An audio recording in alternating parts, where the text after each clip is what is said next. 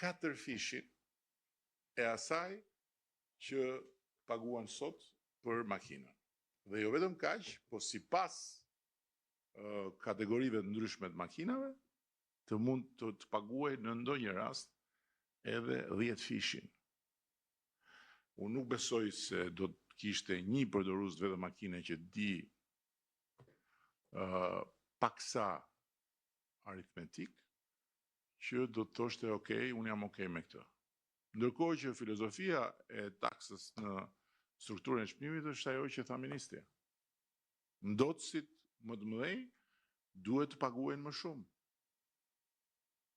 Në atë strukturë të çmimit nuk janë pensionistët, se nuk janë ata që marrin rrugët me makinë dhe ndosin, por janë ata që kanë mundësi ta bëjnë këtë gjë. Kështu që kjo besoj që është krejt normale. Këto janë ato që doja të shtoja unë në lidhje me kërkesa dhe para sa të flasi edhe Ministri i Financave, doja t'ia kaloja fjalën Ministrit të Energjisë dhe Infrastrukturës. Kryeministër, faleminderit. Patjetër që një ndër masat kryesore të Ministrisë së Infrastrukturës dhe Energjisë është elementi i sigurimit të produktit dhe pasjes së produktit hidrokarbur në treg. Për këtë qëllim, patjetër ne, siç ju e dini, kemi në fuqi ligjin për rezervën e sigurisë hidrokarbure.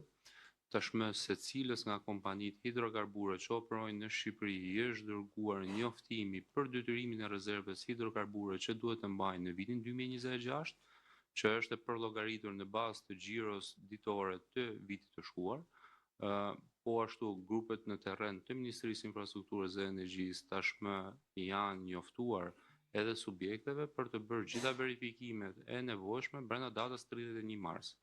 Patjetër, subjektet e dinë që kanë detyrimin që të mbajnë 30 ditë rezervën hidrokarbure në Shqipëri të patur në vend dhe pjesën tjetër të 60 ditëve të kontraktuar në mekanizma të ndryshëm. Ky është një proces të cilën Ministria e Infrastrukturës dhe Energjisë e bën në mënyrë shumë, le të themi, sidomos edhe në kushtet aktuale në të cilët gjendemi, e bën në mënyrë shumë të, le të themi, të kujdesshme, në mënyrë që të jetë gjatë gjithë kohës e siguruar që produkti hidrokarbur të mos mungojë. Pa dashur të përsëris fjalët e Ministrës së Ekonomisë, së cilës patjetër ne e dimë edhe nga komunikimi me subjektet hidrokarbure që bllokimi i ngushticës së Hormuzit nuk ka impaktuar qarkullimin hidrokarbur në vendin tonë, pasi kanalet e furnizimit janë me anë të mekanizmave tjerë apo rrugëve tjera detare ndërkombëtare të njohura. Ndërkohë, dua të theksoj dhe dy elemente që tashmë Ministria e Infrastrukturës dhe Energjisë ka, si rrëdhoi një plani afatgjat, ka mbi 2 vjet që punon për ligjin e ri të rezervës së sigurisë hidrokarbure, i cili është edhe konsultuar me publikun para disa muajsh dhe tashmë është në fazën përmbyllëse për miratim. Është një projektligj i ri, i cili përmbush plotësisht nevojat e direktivës së Bashkimit Evropian, por edhe nevojat e vendit.